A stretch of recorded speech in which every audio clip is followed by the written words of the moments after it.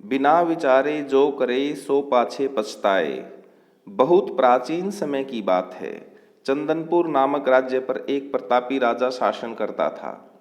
उसके 4 पुत्र थे। राजा बहुत ही बूढ़ा हो गया था और उसकी इच्छा थी कि चारों में से कोई योग्य पुत्र उसकी गद्दी को संभाल ले। एक दिन राजा ने अपने चारों बेटों को बुलाकर कहा, आज मैं तुम चारों से एक गंभीर विषय पर चर्चा करने जा रहा हूँ। विषय को बड़े ध्यान से सुनना ताकि सही निर्णय लिया जा सके। चारों ने एक स्वर में कहा, जो आज्ञा पिताश्री। राजा ने बोलना शुरू किया तो चारों ध्यानपूर्वक सुनने लगे। इस परिचर्चा के माध्यम से राजा अपने चारों बेटों में से सबसे योग्य का चुनाव करना चाहता था ताकि उसको राजगद्दी सौंपी जा सके।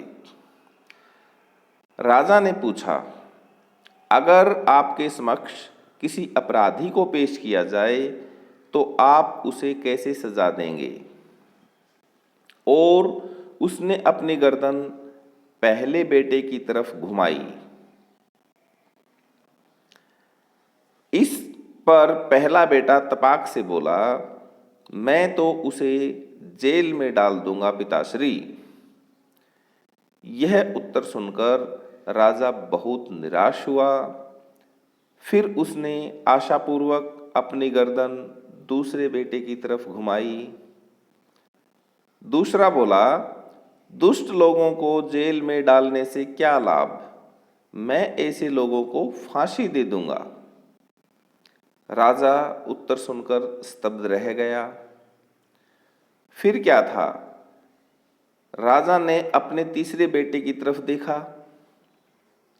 तीसरे ने कहा, ऐसे लोगों को न तो जेल में बंद किया जाना चाहिए और न ही फांसी देनी चाहिए, बल्कि उनको देश निकाला देना मैं पसंद करूंगा। अपने लाडलों के उत्तर सुनकर राजा बहुत निराश हो चुका था और इसी घोर निराशा में उसने अपने चौथे पुत्र की तरफ नजर दौड़ाई। चौथा पुत्र बड़े धैर्यपूर्वक बोला, पिताश्री, मैं आपके प्रश्न का उत्तर देने से पहले आपको एक कहानी सुनाना चाहता हूँ। राजा ने कहा, सुनाओ, क्या सुनाना चाहते हो? चौथे पुत्र ने कहानी कुछ इस प्रकार सुनाई कि एक बार एक बहुत ही अमीर जमींदार था और उसने एक कबूतर पाल रखा था। वह जमींदार अपने उस कबूतर से बहुत प्यार करता था। वह जहां भी जाता उस कबूतर को अपने साथ लेकर जाता। वर्षा के दिन थे और पानी बरस रहा था। सो कबूतर को अपनी माँ की याद आने लगी, जिससे वह वर्षों पहले शहर में छोड़कर जमींदार के साथ आ गया था। वह बहुत ही जिद करने लगा और जमींदार से बोला, स्वामी, मैं अपनी माँ से मिलना चाहता हूँ।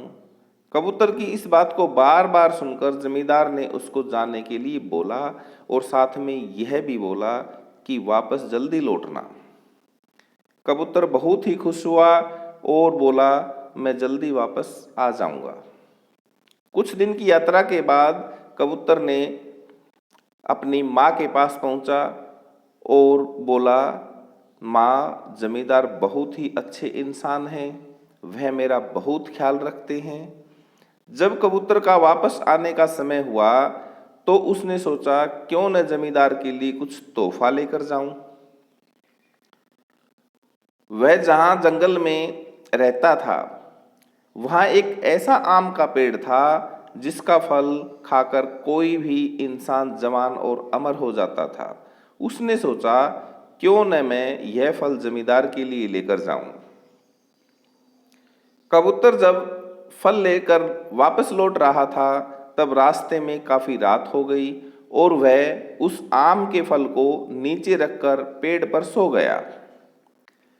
जब वह सो रहा था तो एक सांप ने उस फल को डस लिया और वह आम का फल जहरीला हो गया।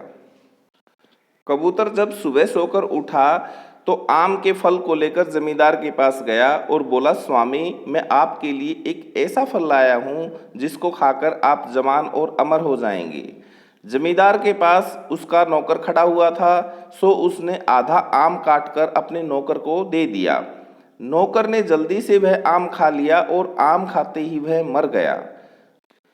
यह देख जमींदार को कबूतर पर बहुत गुस्सा आया और उसने कबूतर की बात सुने बिना ही तलवार से उसकी गर्दन काट दी तथा उस फल को बाहर फेंकवा दिया। समय बीतता गया और उस फल की गुठली से एक आम का पेड़ तैयार हो गया।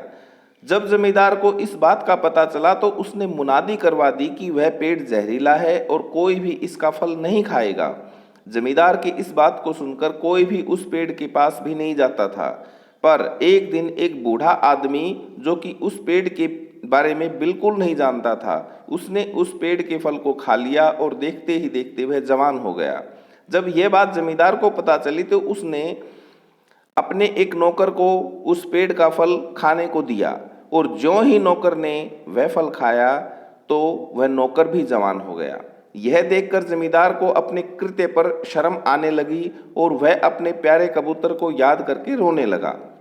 यह कहानी सुनकर राजा ने कहा, फिर तुम क्या करोगे?